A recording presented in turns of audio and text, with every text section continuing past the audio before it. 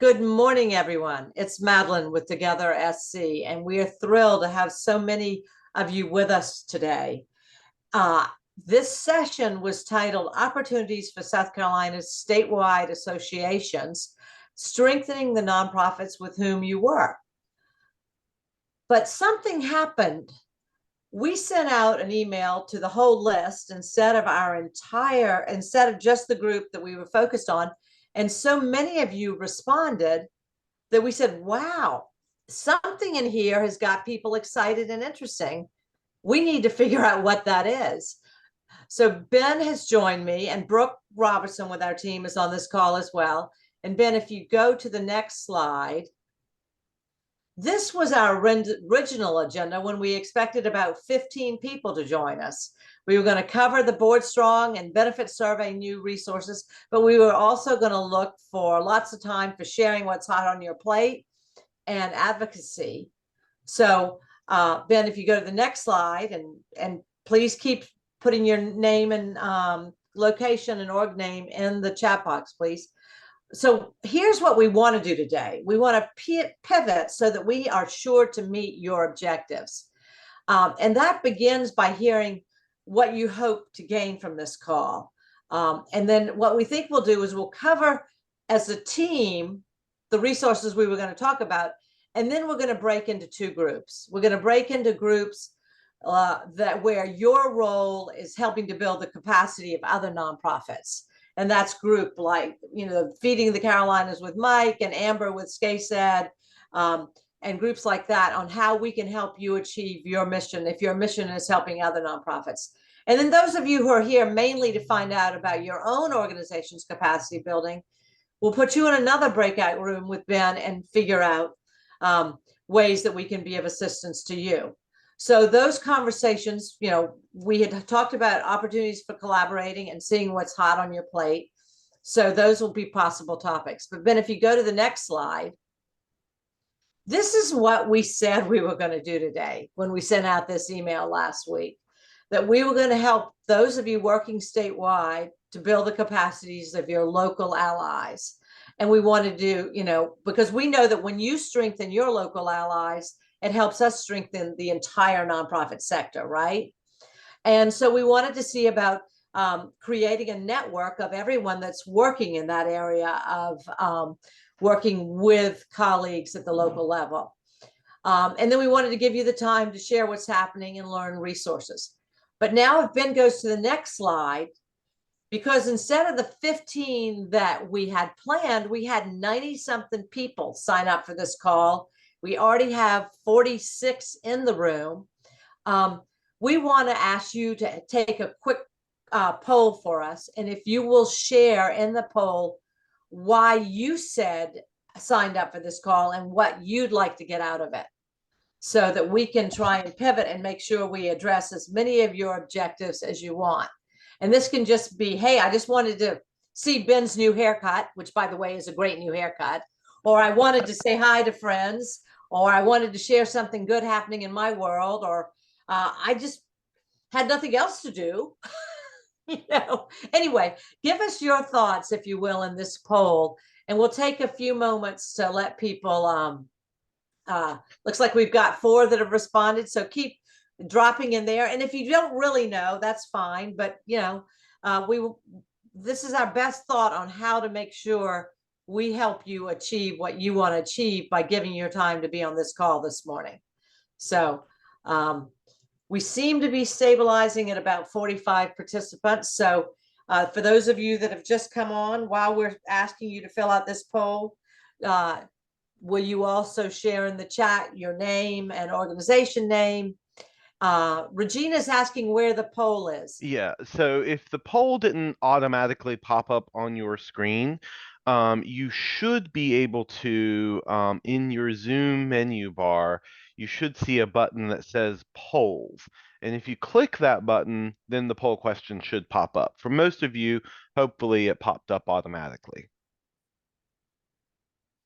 Hey, Amber, I just saw that you came on the call. I have to give a shout out. We've got one of our new board members with us, Amber Tucker, not Amber. Andrea. Andrea. Amber's name was right above Andrea. Forgive me, Andrea. Andrea Tucker is a new Together SC board member and is with Children's Trust and was helpful in designing this session. Andrea, are you on the screen? Can we give Yes, her? I'm here. Thank you for joining us today. No problem. And guys, thank Andrea for saying yes and joining the board. It is very helpful to have a CFO on our board. So good to have you here. Okay, Ben, how many have we got? We got 26 responses. Mm-hmm. 27. Let's give it another minute or two. How we doing? We're okay on time. We can also continue on with the presentation while folks continue to answer the poll question. And before we break up into smaller groups, we can look over the answers. That's not a that. Yes, let's do that. I think you take the next slide from there. Sure. So we've got some, over the last couple of years, we've spent a great deal of energy building up additional resources for y'all, especially around recruitment and retention of employees. We knew that that was going to be a big issue, especially around the pandemic and how the pandemic really changed the way our workforce was working. And so one of the big benefits that we have put together, and this was a long time in coming, was the establishment of our association health plan. And so, for our member organizations, you can get a quote from Blue Cross Blue Shield for healthcare coverage for your employees as a member of Together SC through our association health plan. We currently, and actually that number 228 is a little low, we've got almost 270 employees from 29 organizations covered in the AHP so far. And we just got the proposals for the 2024 rates. And one of the things that the reps from Blue Cross Blue Shield noted is that if we could get to 600 employees covered and 1,000 employees covered, those are significant break points where the rating system changes a little bit and prices get a little bit easier. So we are trying to get as many folks as we can and build a really good risk pool for our AHP. It is the fastest growing association health plan at Blue Cross Blue Shield right now, and we're really excited about that. We've got options for medical, dental, and vision. And then we've also worked out a deal with Mutual of Omaha to offer term life, accidental death and dismemberment, short-term and long-term disability coverage. And those are oftentimes extra benefits that you can offer to your employees at no cost to them, very low cost to the organization. And it just helps give your employees a peace of mind, all of this about giving your employees a peace of mind about committing to a career in the nonprofit sector. We've also worked out arrangements with other companies. Mutual of America is waiving their administrative fees on their retirement plan options for our members. So if you aren't currently offering a retirement plan or you feel like the admin fees you're paying on your retirement options are not what you're looking for, talk with Blake at Mutual of America and see what he can put together for you. We've also got an arrangement with First Son Employee Assistance Program. Our members can join the EAP at very low cost, just $3 per employee per month. And we bill that through Together SC, so you can get that subscription for a year's worth all in one fell swoop. And then your employees can take advantage of that employee assistance program. That program normally runs about $10 an employee per month. We got it down to $3. So if you don't have an EAP for your employees, that's a really cost-effective way of offering benefits like counseling, life coaching, financial planning assistance, all of those sorts of little extra things for your employees. We've also worked out an arrangement with Savvy. Savvy is an online plan that helps people manage their student loan repayment, and particularly for us in the nonprofit sector, student loan forgiveness through the Public Service Loan Forgiveness Program. I myself recently benefited from the Public Service Loan Forgiveness Program after 10 years in the nonprofit sector, and had about $95,000 in student loans forgiven. So I can tell you firsthand how important that is. So if you've got folks who've had student loans and they may be eligible for the Public Service Loan Forgiveness Program, have them check out Savvy. Savvy can help them with the filing and the paperwork. And then, of course, we have had the Nonprofit Career Center together, jobs.togethersc.org for many, many years. And you can, if you're looking for new employees, you can use that Career Center not just to post your job, but to manage the hiring process. That system really lets you look at the resumes and the cover letters and make notes on them. It lets you say, okay, this candidate is a no-go. I'm going to mark them as not being viable. This candidate is a top priority candidate. You can really track each candidate in the process as you go through the Job Center. And then in 2022, we published our first compensation and benefits report in many, many years, and we've got some excellent salary data for 25 or more common positions that you find in the nonprofit sector. And as we're about to tell you, we've got a new survey launched to get some updated numbers for that. So I think I'm also talking about this. Okay, so yeah, so the benefits survey is open. We are working with the Employers Network in the upstate to do a new benefits survey for 2024 and a compensation survey for 2024-2025.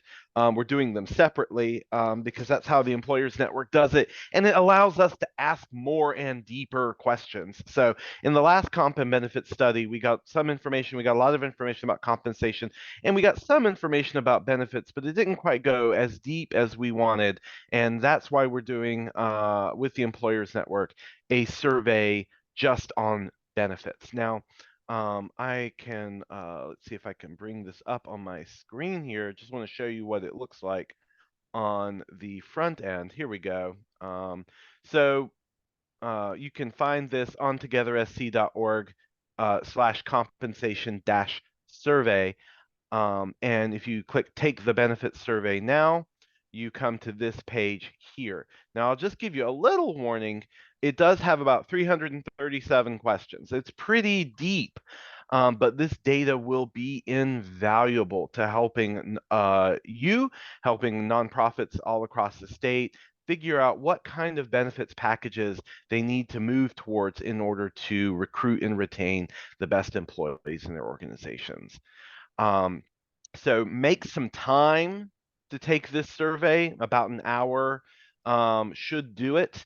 And if you're not the person who has that information, please make sure that this survey gets in front of your HR manager or your operations director, whoever it is that has all of this information or can lay their hands on it.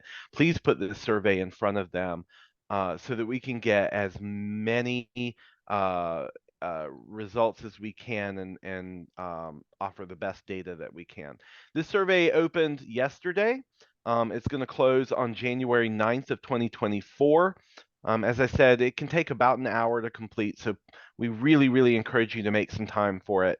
We want to have at least 400 participants from the nonprofit sector. As I said, this is being done through the Employers Network, which is a consortium of manufacturing and industrial organizations in the upstate and in Western North Carolina. And so when you go to fill out this survey, one of the most important questions is, what industry are you in? And you'll want to select nonprofit, of course. And we will be getting the results for any nonprofit organization that completes it. And we're going to take those results and we're going to work with the College of Charleston's Riley Center for Livable Communities. And they're going to analyze those reports and put together an analysis and a report that we will publish by February of 2024. 2024 at the Nonprofit Summit. And then the compensation survey part of this will be coming out in fall of 2024. So get excited. This is great data. This is going to really help us in meeting our employee retention and recruitment goals for the coming years. And Ben, I would say we know 50% of South Carolina nonprofits don't even offer benefits from our last study. So if you're not offering it, I'd still encourage you to go in and say no so that we have the data on who's not offering it.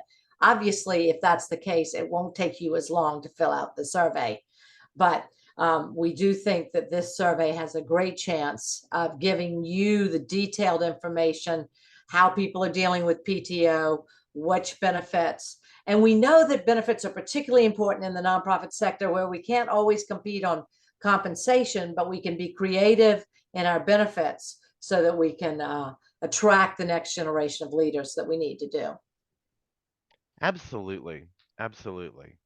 Okay. And then You as can we're tell them a talking, little bit about BoardStrong. Good. absolutely. So, recruiting and retaining employees is one thing, recruiting board members is another. And so we have been working with the New York Council of Nonprofits, our sister association in New York State, on their BoardStrong platform.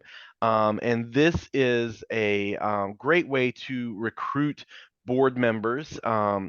And it's a bit like a dating service, which is seems kind of silly to say. But as an organization, you can create a profile on BoardStrong, and potential candidates can create profiles as well. So you can create your own organizational account on BoardStrong, and you can create your profile. You can post a board opening. You can actually post multiple board openings if you want to say, okay, hey, we're specifically looking for a treasurer. We're looking for somebody with specific experience that we don't necessarily have. But you can create a posting on there, and you can also browse potential candidates. And if you say, hey, I like this candidate, I want to invite them to look at our board post, and they say, hey, I looked at that board post and we really like this organization, and you get a match. Oh my God, we have some matches. I didn't even realize we had that many matches. So you get matches, and then you can pick up the conversation from there with your governance committee or your nominations committee. So I encourage you to check this tool out and post your board openings on BoardStrong. It's free for our nonprofit members to post on there. And we're hoping that by January, we can say that we've gotten more than a couple of matches and successful placements of board members. Madeline was just on South Carolina Business Review on South Carolina Public Radio, and her interview will come out on November 17th, and she talks a lot about BoardStrong there. And so we're seeking some local partners to help us promote this BoardStrong system. We think this is a really good asset to the nonprofit sector here in South Carolina. So I would encourage you not only to sign up yourselves and post your board openings on it, but to promote it to your fellow nonprofit organizations and your local partners. It looks like so far we've got 48 candidate profiles up from South Carolina. We've got 15 nonprofit postings. So we are making some progress on really building into this system. And Ben, just to add a little bit on that, that's 48 people looking for board service in South Carolina, and we haven't even advertised it. Right. And right now it's just New York and South Carolina. And this is how Together SC is going to use it. You don't have to depend on people coming to you. If you have people that you would like to consider your board for service, you can ask them to complete the profile on this page and to read your profile and what's required of your board. Why would you do that? Because these profiles are so much more thorough and thoughtful than the conversations we have at a cocktail party when one board member says to a friend, hey, will you join my board? And so that board member comes to you and said, I think Jane will be great for the board. You can say, great, will you ask Jane to fill out this form and to read our description of what's involved in serving on our board as a way to make sure the information is full and transparent and people know what they're getting into. For those of you looking to expand board service in new communities where you may not have as many connections or working statewide, we also think this is going to be a great resource for getting out and about. But what we don't want to do is just be on public radio and say, come look for great job opportunities to serve on boards and not have opportunities for people to consider. And as you can see, with 45 candidates, we got more candidates than we have openings, and we haven't even started advertising. So we very much hope that you will fill this out, and the breakout session will be talking about how we can partner with some of you to make this happen. Okay, final slide, and before breakouts, Ben, we're right on schedule. Absolutely. Madeline, I think this is on you, is it? Yeah. So just this is hopefully everyone knows about this, but we just wanted to go out there and make sure you know the peer networks, the CEO listserv, all the listservs that we've got available. And while I'm giving that slide, a quick blurb. Ben's, you're already pulling up the if you want to take the poll question and say what you hope to gain out of the call, it looks like 34 of our 50 participants have. So just one last call for answers to the poll question on what you hope. I already closed it. Sorry. Never mind. I didn't realize they would pop up that way, but there we go. Okay, so just quickly know about, I'm sure everyone knows, for Good Connections Knowledge Network, our ways of sharing what you're doing, of giving resources to you. The summit, February, North Charleston, registration is open. It's going to be the best ever. Consultant Collaborative Directory, if you need resources, it's out there.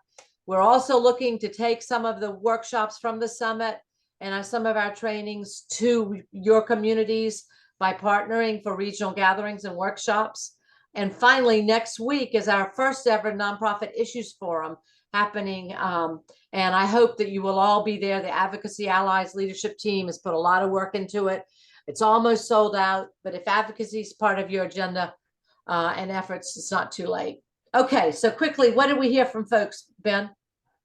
Okay, so we've got here's what some folks are saying. Info on how to best support county offices of statewide organization, connection and better understanding support, awareness of state association resources, partnerships out there that we don't know about. Always great to be looking for new partnerships. Providing professional development, technical support to after school and summer programs, capacity building, building network of fellow grant makers, struggling with funding for organization need new board members, information they can share with other nonprofits. Here to understand and learn more, insights from neighboring organizations, need to have tools to expand my network, looking for opportunities. I'm not quite sure about capacity building. What does that mean, capacity building? Want to enhance our capacity building, attracting board members. We've got hearing ideas and opportunities. Love to hear about BoardStrong and the capacity work. Looking for more resources and opportunities to help us grow. Connecting with others doing similar work across the state. Absolutely. I remember talking with a nonprofit ED one time, and they said to me, hey, you know, I meet with people who do my work all the time. What I want to do is meet with people who are doing different work from me. Connecting with others in similar membership organizations. How do you enhance communications with your members? Want to learn what others are accomplishing in their partnership strategy, information sharing. So I'm seeing a lot of themes about sharing information, building our capacity, networking with others. So thank you all very much. We're going to definitely take these results and look at them in greater detail and use this to influence future convenings and calls. Excellent. Excellent. So now what we want to do is break into smaller groups, hoping we can begin to have some of this conversation. And there, you're going to have a breakout screen, and you're going to have a choice of 2 different rooms. Right, Ben? That's right. Give me 1 second. Sorry. Yeah. And so if you want to talk about how to help nonprofits that are part of your network that you work with, whether it's as a member, as a grantor, as just someone who works regionally. If you want to talk about how to build the capacity of others, join me in room number behind door number 1, or I'm not sure. I think it's the top one. And then if you're interested in just how do I strengthen my own work, Ben will be in the second room, I think, right? That's right. And we will not come back together. So for those of you that aren't in the breakout room with me, thank you for joining us today. I hope you got a little bit more information out of this.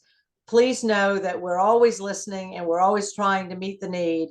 So tell us what you need. So the Okay. breakout rooms are now open. You should see a pop-up window inviting you to join one of the 2 breakout rooms. If you don't, you can look in your Zoom menu, and you can see the menu option for breakout rooms. So the first breakout room is for those who are looking at building the capacity of other nonprofit organizations, maybe their local affiliates, or they're an association or a grant maker that is looking to build the capacity of nonprofits. If you're not a statewide organization or a coalition or an association or a grant maker, and you're more interested in learning ways to or build your own organization's capacity, there's a breakout room for that as well. Excellent. Bye, guys. I'm going into mine.